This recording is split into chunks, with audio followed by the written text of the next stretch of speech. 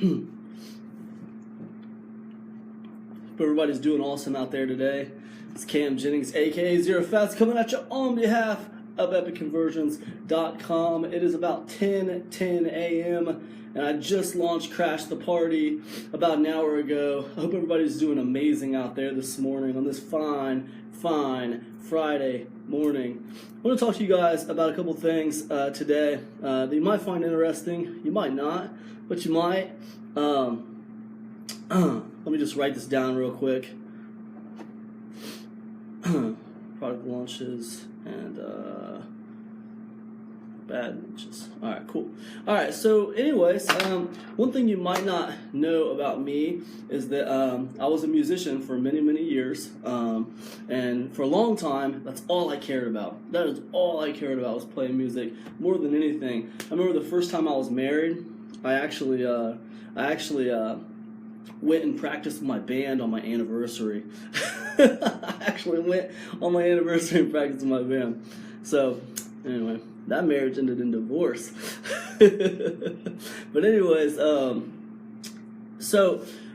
yeah, so I was really big into music. And one thing that I love, and I'm kind of a collector of, is guitar pedals.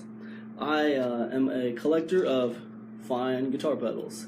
I love guitar pedals, and one thing, this is a DoD, the one you're looking at.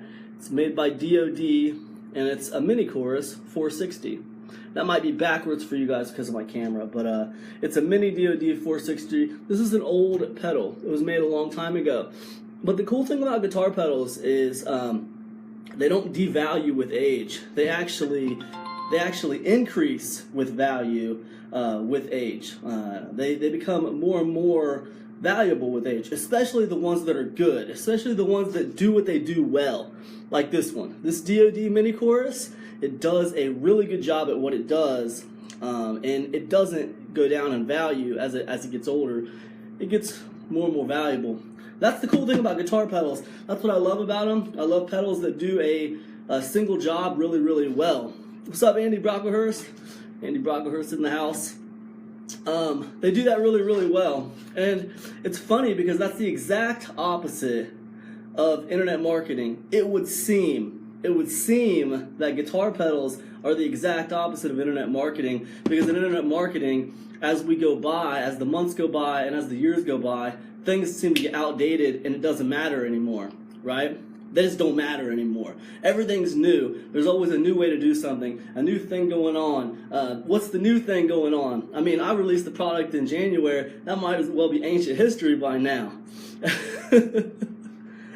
Yeah, deal of the day. Or Department of Defense. For all you military cats out there, deal of the day, absolutely. Deal of the day, always good. Big Mark Hess on the line. What's up, man? Anyways, so look, here's the deal. Look, classic guitar pedals don't go out of style. They get more valuable as time goes by. Now, there's a few things in internet marketing that are the same as this guitar pedal. And one of them is email marketing. All right, email marketing was around long before I hit the scene, and it hasn't really changed a whole lot. The skills that you learn to do good email marketing haven't really changed a whole lot. There's been different angles as time goes by, but the fact is we can still get that one-on-one direct communication with people. So email marketing and learning that skill is kind of like this guitar pedal. And actually, I was watching a video by Andy Brocklehurst just yesterday where he was talking about the art of copywriting, which I absolutely loved. But I think Andy was talking about the fact that people come on the scene and they want to learn how to push the button and make the money. They want to learn how to push the button and make the money. But the fact is, to really make the money, you got to learn a few skills. And one of those skills is copywriting. One of those skills is conversion, right? One of those skills is conversion. Now, I launched the product about an hour and 15 minutes ago. Now, do you think I'm not watching the conversion rate on my sales page right now? As I am filming this video, I am watching the conversion rate on my sales page. I want to see it get above 10%. That's it. That's all there is to it. I sacrificed my percentages on my sales page to let people go there early and leave comments. Nice. Nice. I like it. Andy says I'm doing a write-up of Guitar Pedal Profits after this. It will probably crush it. I will mail for that one. Yeah, so look, man, there are some skills in internet marketing that heavily relate to guitar pedals. There's certain skills in internet marketing, conversion rates, watching your conversion optimization, copyrightability, email marketing, all of these things, list building tactics, all these things are valuable skills. They don't go out of style. Volker's here, man. I got the whole crew. I hope everybody's doing awesome out there. Look, I wanted to do this course called Crash the Party, and it's got a funny name. I know it's got a funny name.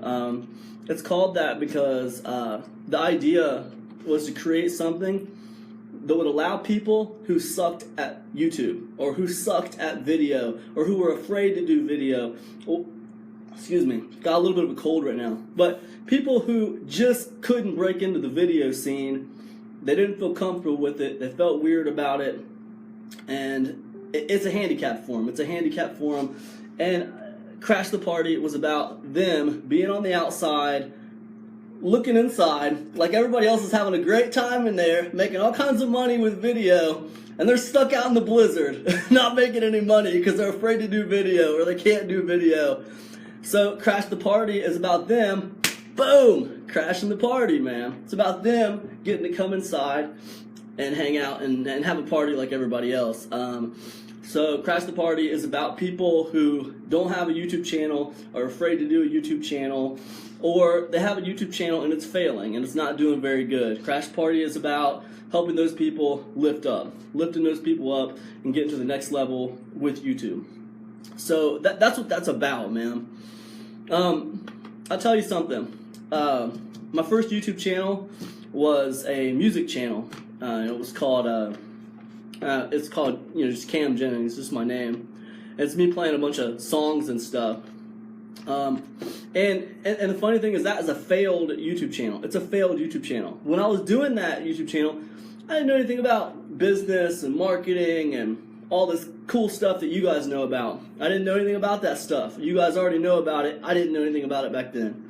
I was just trying to make music, and I thought if I could play some cool songs, people would subscribe to my channel, and everything would just happen boom, boom, boom. You need to write an ebook, How to Be a 14K-er. Maybe so, Kurt. Maybe so. Kurt Crowley says you need to write an ebook, How to Be a 14K-er. So, anyways, that channel, look here, and I'm not trying to bore you guys. That channel in the music industry, listen, it's like bottled water. When I was a kid, all right? When I was a kid, I remember, and I'm 40 years old, so it's been a few years since I've been a kid, all right? But I remember when bottled water first hit the scene, and I remember my old man saying, man, who the hell wants to buy water when I can get it right out of the tap right over here, right? I can get water for free out of the tap. That's the dumbest thing I ever heard of. That's what my old man said. Now, that was the challenge that bottled water manufacturers faced back then. Nobody felt that they needed to buy bottled water because they could get it for free right out of the tap. It was stupid, like it didn't make any sense. Well, if you fast forward to 2017, a lot of the people feel the same way about music right now. People feel the exact same way. They don't feel like they really need to buy music because it's so readily available for free. So, how do you take a YouTube channel, like my old YouTube channel, and how do you get, number one, how do you get people to even care about your music when all this music's so readily available for free? How do you get them to care about it, number one? How do you get your channel to stand out, with your music? And how do you get them to buy music? Why, they're not even going to buy a Pearl Jam record. They're not even going to buy a Guns N' Roses record or a Queen record or insert your favorite music artist. They're not even going to, they're not even going to buy those records. Why would they buy your local artist, whatever record? Why would they do it? So how do you get your YouTube channel to be popular? And then how do you get people to even care about your music enough to buy it, right?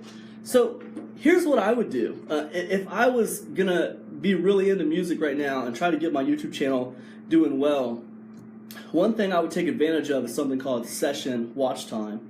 All right, and session watch time is YouTube's little algorithm where they track where people come into YouTube at, right? So let's say they come into YouTube on your video, right? And even if they don't watch your video very long and they skip through to another person's video and then they watch a bunch of their videos or whatever, YouTube still records that they came into YouTube through your video, okay? So what that does is that's going to boost your authority as a channel, right? YouTube's going to boost your authority as a channel, and you're going to be like their golden child. They take care of channels that keep people on YouTube. It's called session time, and you'll have a higher session time. It'll boost your authority. So if I was going to do a music channel where I wanted to play my music, one thing I would do is I'd start reviewing popular bands or artists in my space. Like if I'm in the folk rock scene, and I just play acoustic guitar, what I would do is I'd start reviewing big time trending folk rock acts, or just in the same genre. You don't have to go super specific like everybody has to play an acoustic guitar or whatever. But you can step out a little bit. People are versatile. But the point is, you don't want to step out too much. You want to keep it in niche. You don't want to go like review heavy metal records or whatever. You know what I'm saying? You want to review people like who are in your particular genre, so to speak. You know, you could do alt rock if you're going to do acoustic rock music. If that's what you're doing, then you could review light rock records. You know, you could do acoustic rock records. You want to review albums and artists of people who are similar to what you do. Not the same, similar in the same grain, right? So that should be easy to do right now. So what happens is you can review it, you can give a shout out to it, you can do whatever you want to direct people at that person's channel or at that musical artist's channel where they can find great stuff. Simple reviews would do the trick, right? So put yourself on a content schedule, right, where you're reviewing these popular artists, maybe once or twice a week. And then at the end of your videos, what you want to do is you want to make sure you pitch your thing too. You just pitch your thing. Oh, and hey, by the way, if you like music like this, make sure to check out my stuff. I'll put a link in the description if you're interested, because yes, I am actually a musician as well, right? So that's what you would do. And let me just talk about that link really quick. Oh, on the back of that, I will say once a week I'd probably play my own stuff. I just do a quick song. I'd probably make it live stream because people are really into live stream right now and they get a lot more engagement. I make it a live stream once a week. I just do my own stuff. And I talk. I wouldn't just play, man. I'd talk. I'd play and talk. That's what I do. I'd have a topic, I'd play, and I'd talk. That's what I do, man, because people, they don't buy it. It's not just the music, man. Music is like, at this point in the game, music is like facts. You know what I'm saying? Anybody has the facts. But, I always tell people to have a take, have an opinion, because your opinion is unique unto yourself. Well, music is unique, but you got to understand that society is just overblown with music. It's everywhere. They can get it for free. It's everywhere. It's like this bottle of water. So, but your opinions are not everywhere. Your opinions are yours, right? So you can talk and you can stand for something and you can have opinions, and people can relate to that. And you're gonna attract a certain amount of people and you're gonna repel a certain amount of people. And it's cool because the people that you attract, they're gonna be like your audience and you're gonna build that. So that's pretty sweet. Now let me talk about where that link would go.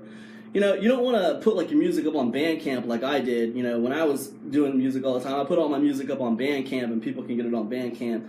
That's not very smart. What you want to do is you want to have a free record, right? Your first record, just make it free, all right? And what you want to do is you want to give it to people for free. And you guys all know what I'm talking about because you're all marketers. You put that record behind an opt-in, right? You put that record behind an opt-in, and you give it to them for free, man. And you start building a database of emails. And inside of there, when they opt in and they get the free record, you don't just give them the free record, right? You give them the free record, and then you give them a few, you got to give them more, man. Like, not just more stuff. You have to relate to them in some way. You have to bond with them in some way. Maybe that's a simple video where you talk about how you created the record. Maybe if you have vision, you can take some video clips while you're creating the record, because you know in your mind, I'm going to be giving this record away for free, and I want like some stuff in here so the people who get the record feel like they're more of a part of what's going on, right? And this is the way that you're going to get people to open your emails after they get your record. Because music is just music. It's like this bottle of water right now. It's not enough. The music's not enough. That's not going to build your audience. All right? It takes more than that. It takes more than that. I know it sounds stupid because my whole life I loved music and it's like a spiritual thing. But that is just the way it is right now. If you flood anybody with a bunch of stuff that's readily available everywhere, then it's going to immediately lose its value. And that's just the way it is. So anyways, that's what I would do. I would ride the back of session watch time with my YouTube channel, and I would build a database by giving away a free record. I would put some personal stuff on that download page so that I could bond with my prospects. And then what I would do, man, is in my emails, I would probably, as a musician, it's easy to record an acoustic song. It's easy to sit down and just bang out a cover song, and I would do stuff like that regularly. I'd put myself on a schedule to do like maybe, one a week at least, and this is easy if you're doing a YouTube channel, because you could do like 2 reviews of other people's high profile people that can build your session watch time on YouTube. You can do a review of their stuff twice a week, and then once a week you can do your own thing on YouTube and just play a song, make it live, whatever, and then you send an email out to your list and say, hey man, I just want to let you guys know I just recorded a brand new acoustic song, go check it out here. Boom. Right? And then that keeps your list warm. Right? That keeps your list warm. And this is how I would do it. If I wanted to make money with music right now, this is how I would do it. I'd build that list, I'd keep it warm, and then when I released the record, I would get sales. And that is how I would do it. There's not enough musicians out there doing it that way. That's why they're all struggling. So that's why you have a lot of struggling musicians. The sad part about it is you have a lot of musicians out there that built celebrity around themselves. They're pretty famous, honestly. But I see them touring like crazy. I'm watching their touring schedules, and they're touring like 3 times as much as they were in the 90s. 3 times as much as they were in the 90s. You know why? Because they're not businessmen and they don't know how to make money. The only thing they relate to money is touring. Oh, I'm going to tour more because I make money off of merchandise. They're not focusing enough on what needs to be done. They're not capitalizing enough on their audience. And the sad part about that is they got people around them that are supposed to manage that stuff. But that's what happens, man, when you want to take all the marketing out of your hands and you just want to sit back and play the music and not worry about it. Then you get a bunch of cats who take you for a ride. And that's all there is to it. But anyways, I hope this has been helpful to you guys. I know that, a lot of you guys probably aren't musicians, but I hope that you could relate this in some way, because there's not a lot of things out there that are harder to sell right now than music, okay? So if I can tell you, here's how I would do a YouTube channel that would start to generate you sales for your music album. If I can tell you that, then you should be able to relate that to almost anything else out there, because there's not a lot out there right now that is less valuable than a music CD. That's just the way it is, unfortunately. It makes me sad, but it's true. It's true. So anyways, it's a bad investment to try to make a record right now. It's a bad investment to try to make that work. So you should be able to take knowledge like what I just gave you and use that, man, to make any kind of YouTube channel successful. So I hope that makes sense. Different strategies for different YouTube channels. But that's what Crash the Party is about, man. Crash the Party is about helping people create YouTube channels to be successful, even in niches that don't make sense, right? You don't know how many times I've thought about doing a conspiracy theories channel, man, or like an alien abduction channel where all I talk about is alien abduction stuff, But I never pulled the trigger on it because I didn't think I wanted to talk about it that much, really. I didn't think it was like, I liked it, I was interested in it, but I didn't think I really wanted to dedicate a day a week or something to doing content. And that's the thing. That's the other thing about doing YouTube, you guys.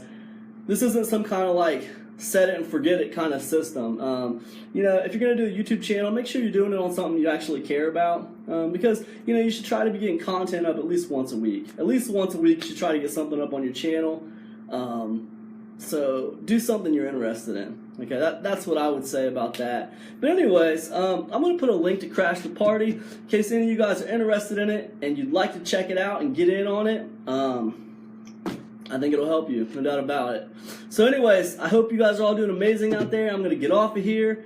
I have to do a YouTube video, so I need to get over here and get on that. So anyways, I hope you guys are doing amazing. Check out Crash the Party. I do believe it can help you. And that's it. What are you guys still doing here? Get out of here. The live stream's over. Go away. I'll see you guys. Peace.